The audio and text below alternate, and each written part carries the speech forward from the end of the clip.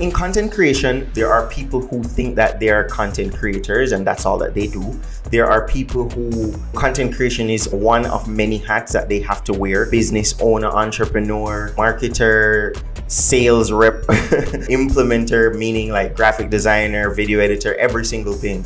Now, being a content creator, you have to have a lot of skills, and we understand this. However, one of the many skills that you really need to get is business. Business will help you to make more money, to work less, and to get a better return on your investment, meaning all of the effort, all the time that you put into what you're creating, your brand, this image that you're putting on, this information and this audience that you're creating, you're able to leverage them and get far more from it. First point that I'm going to talk about here is target audience. Now, a lot of people who aren't necessarily understanding of business and what business is and how to really go about business, they don't normally want to know anything about target audience research. All they care about is just getting as much views as possible on every single video that they create. Views is very important, but who is watching is far more important. If you are creating videos for people and all of your videos are basically getting lots of views, however, they are basically 5-year-olds, the way in which you monetize that content, it changes drastically. Now, if you play a role in saying, hey, I'm gonna create a specific video or specific videos, lines of videos for this specific person or this group of people, then you definitely will have a say in who is watching. That is it in a nutshell. That is very simple, and it affects every single thing that you do. Because if you know who is watching and you are going after this person like a business owner, then you will create videos for business owners. You will monetize your content for business owners in a way that business owners will appeal to. You will sell things that business owners will appeal to. You'll monetize and make money from business owners in the way in which that you know best, right? Because most of us, we get into content creation, but content creation isn't our only skill. Content creation is basically creating content around what our skill actually is. And whatever that thing is, whether you know it or not, you will eventually need to make money from it, and making money from it in multiple different ways. Knowing who is watching, that plays a very important role in how you make money from your content. Somebody who does not know who they're making content for will go for a broad approach, trying to create content for every single person out there, moms, dads, grandmas, babies, kids. But somebody who knows who they're going after, they're more precise, they're more defined, they're more targeted. They're saying, hey, this is for this person, and this person, if this person watches it, they will get far more value from it. Not to say that other people can't watch it and find value, but this person will find the most value from it. And I'm creating content for this person because my intent is to create an audience of this group of people. And then you're able to leverage that group in many different ways. We'll be creating a video on income streams and all of that for content creators, how exactly you can monetize your content. This is one of the very crucial first steps. So make sure you know who is watching your videos and who you're creating videos for. The next one is platform strategy. People who don't necessarily know about business, they normally get into it and they say, you know what, I'm just gonna stick to Instagram or I'm gonna stick to TikTok. They want to stick to platforms where they are far easier to manage the workload from that platform, as well as they want to try and replicate the type of content that is on that platform. They almost, in a sense, lack some form of identity. And I know everybody who is starting out, everybody can lack identity and they want to try to replicate some form of branding style or branding image or video type. Maybe not even branding style, maybe not even putting that much effort into it, but they actually want to replicate the type of content that is created for that platform. The reason why this can be not so beneficial is because it stunts your own growth, right? You might be skilled, let's say, in video editing, and you're pushing your content on TikTok when your audience, or maybe you're creating content for video editors or social media marketers, they are far more on YouTube and they want to see breakdowns on how you do this type of video. But you can't necessarily do that on TikTok because that type of content, the breakdown of how you do your videos, very detailed in a step-by-step format, is not necessarily the type of content that works well on TikTok, right? Or your strength is writing and you want to push your content on TikTok or on YouTube maybe, but that type of content is far better on LinkedIn or on Twitter.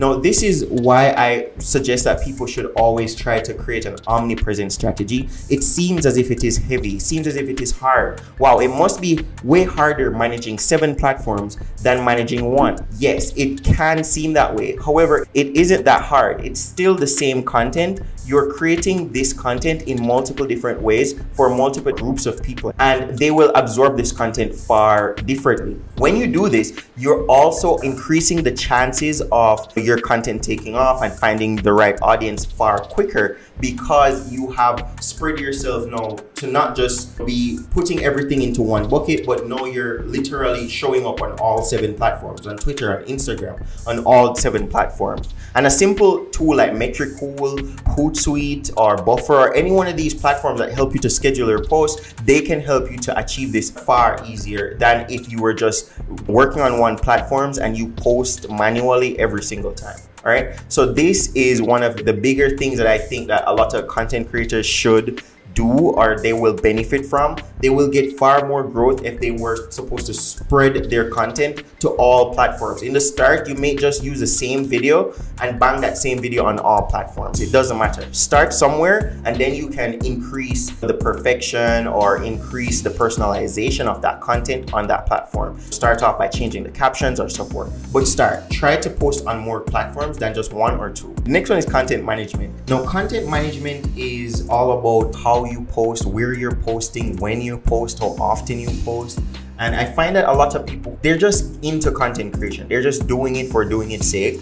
They normally have a more sporadic approach to it. They just post sometimes, they post some places. There's not really a grand strategy guiding all of their videos that will connect all of their videos and be like, okay, this is what this person is about, this is what this person is trying to do.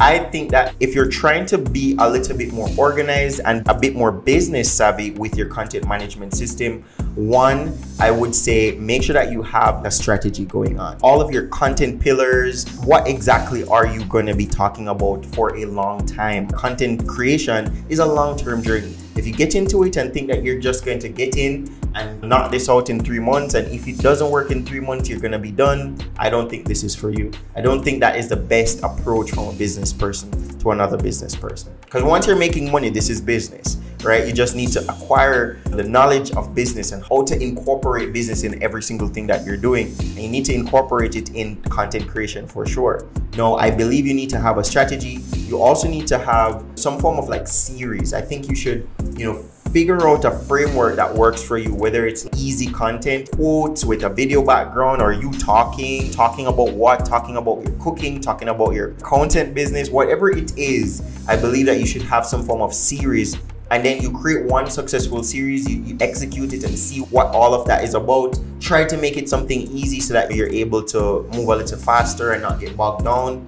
But having also a scheduling platform that will help you to schedule the post. And why scheduling is important is because I also believe that you should be posting on multiple platforms. Posting on multiple platforms open you up for a myriad of business opportunities that you can't even understand until you actually start. This will also allow you blow up much easier, because now you're not gonna be waiting on blowing up on one platform. You will now be blowing up on multiple platforms. Now the next one is revenue diversification. There are multiple ways you can make money on each platform, but the more platforms that you have, I would assume that the more power you have, the more leverage you have. I believe that people who don't necessarily understand business or the different avenues of business, they normally go down 2 different routes. One is ad revenue. They normally rely on ad revenue a lot, and they also rely on brand deals. If they get a big enough audience, they start to rely on brand deals. Both of these things, if you realize, they give a lot of power to the platform. If it is ad revenue, you're stuck on that platform and you have to be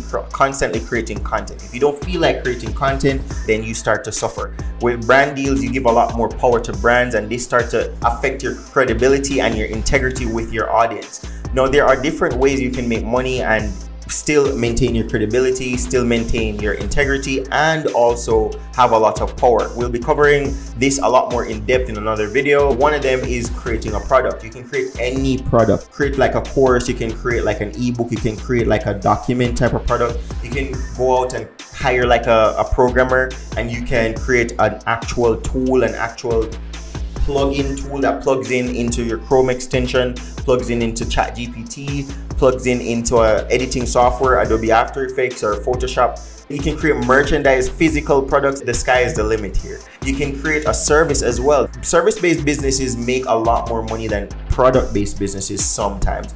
Again, all of this is nuanced, but you're able to charge more per service because you're doing more work. You're doing it for the client. Now, this works a lot also in content creation. If you know your target audience, you know exactly who you're creating videos for, and this is who you were targeting from the beginning. So you're able to leverage that and be like, okay, I know they're all business owners or the majority business owners. I would like to create a service for these business owners where we are going to be doing all of the marketing for them or the content creation for them, or we're going to be helping all of these people because I'm an accountant and I create videos in accounting. I'm going to create like a PDF document that basically lists out what they're supposed to do on their taxes. People who are in my audience will find something like that valuable. And this is also something that you will realize, like as you go on creating content, you will realize the type of people, what they're saying in your comments and the type of videos that they like most. And that will give you an inkling and a direction as to the type of products that you need to create. But revenue diversification is one of the biggest things that you can do as a content creator. And it affects me when I see people with large communities and they don't necessarily leverage that to the greatest degree. Now, the last one is task delegation. Task delegation is a big one. A lot of us in content creation, we have to start off alone. We have to take our time and our effort to learn the skills, video editing, lighting, recording, scripting, publishing, writing captions, engaging with people, public speaking, all of this. And it gives us this relationship with ourselves that we want to just do everything alone. But this kind of affects us as we start to scale. And once things start to take off, you're posting on 7 platforms, you're getting views. Now you need to be recording more videos. You need to be working on other things that I spoke about, like creating products or creating services and all other sorts of stuff, brand deals, ad revenue, you know, that you want to specifically, okay, I want to create viral worthy content. Some of these type of things are going to take more time and more effort, and you're going to have to free those type of things up from yourself. So you want to make sure that as a business person, someone who understands business, delegation is a big deal here. So you have to learn how to say, hey, this is how I do my videos and how to delegate. You can learn all of these type of things in books. You're not gonna fall short on books, but a really good starter book that will help you to understand why delegation is so important is The E-Myth by Michael E. Gerber. It's a very good book for beginners, people who have never read business books before, but read books and start to try to understand business. As a content creator and someone who owns a large body of people, a large audience, you're basically an aggregator and you have their attention. You need to understand how to leverage their attention and how to make money from that, as well as how to put in less effort and less of your time and get a larger return on that investment. So thank you guys so much for watching. We will be creating more videos in this direction. Let me know if there's anything that you guys want to discuss in the comments.